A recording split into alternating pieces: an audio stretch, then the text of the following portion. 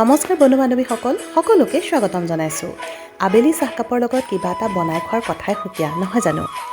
আজিও চাহকাপৰ লগত কি খাম বুলি ভাবি থাকোঁতে হঠাতে চিৰা কেইটামান আছে বুলি মনত পৰিল। সেইকাৰণে ভাবিলোঁ চিৰাৰে চানা বনোৱা যাওক। গতিকে বলকচোন মইনো কেনেকৈ চানা বনালোঁ আপোনালোকক দেখুৱাওঁ। এয়া চিৰাখিনি ভাজিবৰ বাবে অলপমান তেল গৰম কৰি লৈছোঁ আৰু দুটামান চিৰা দি চাইছোঁ তেলখিনি ভালদৰে গৰম হৈছে নাই। তেলখিনি গৰম হ'ল, গতিকে চিৰাখিনি দি দিছোঁ। এয়া চাওক ধুনীয়াকৈ ফুলি উঠিছে। যদি তেলখিনি ভালদৰে গৰম নহয় তেনেহ'লে চিৰাখিনি ফুলি নুঠে। এতিয়া এই জালনা লগা হেতাখনত তেলখিনি বিৰিঙিবৰ বাবে তাত থৈ দিছোঁ আৰু এইফালে লৈছোঁ এখন টিচু পেপাৰ আৰু ইয়াতে ভজা চিৰাখিনি দি দিছোঁ যাতে তেলখিনি শুহি ল'ব পাৰে। আকৌ এই তেলখিনিতে অলপমান বাদাম দি দিছোঁ। বাদামখিনি আগতে শুকানে ভাজি থৈছিলোঁ, এতিয়া অলপমান লৰাইহে দিছোঁ।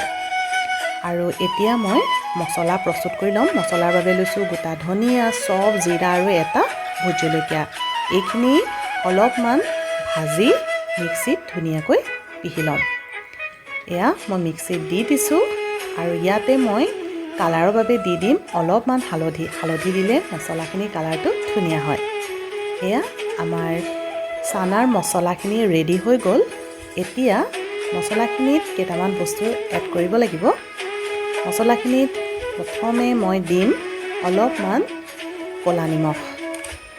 ক'লা নিমখখিনি দিয়াৰ পিছত এয়া দিছোঁ আমি খোৱা নিমখ আৰু তাৰপাছত দিম এয়া চেনি।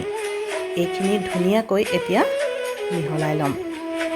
আমাৰ চানাৰ মছলা এয়া ৰেডি হৈ গ'ল। এতিয়া আকৌ দুখনমান পাপৰ লৈ লৈছোঁ আৰু পাপৰখিনি এনেকৈ টুকুৰা টুকুৰ কৰি ফ্ৰাই কৰি লৈছোঁ। বাদামখিনি মই এনেকৈ এই হেতাখনতে দি থৈছিলোঁ যাতে তেলখিনি ওলাই যায় আৰু এতিয়া এই ভাজি থোৱা চিৰাখিনিতে মই এয়া বাদামখিনি দি দিছোঁ। আকৌ অলপমান কাজু মই দি দিছোঁ।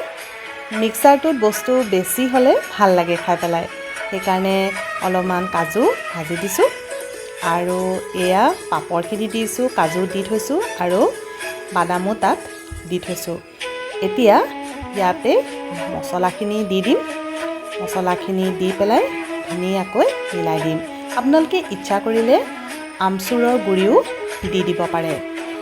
শেষত লৈ লৈছোঁ এয়া নৰসিংহ পাত। নৰসিংহ পাত কেইটামান ভাজি এনেকৈ চিৰাখিনিৰ লগত দি দিছোঁ।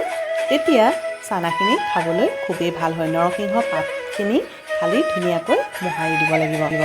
এয়া আবেলি চাহকাপৰ লগত খোৱা চানা ৰেডি হৈ গ'ল। এতিয়া এই চানাখিনিত নৰসিংহ পাতকেইটা ধুনীয়াকৈ মোহাৰি দিছোঁ, তেতিয়া খাবলৈ আৰু সোৱাদ হয়। আপোনালোকেও কেতিয়াবা আবেলি চাহকাপৰ লগত এনেকৈ চানা বনাই খাই চাবচোন। ভিডিঅ'টো আজিলৈ ইমানেই। যদি ভাল পালে তেনেহ'লে লাইক, শ্বেয়াৰ আৰু ছাবস্ক্ৰাইব কৰি দিব। আজিলৈ আহিলোঁ, ধন্যবাদ।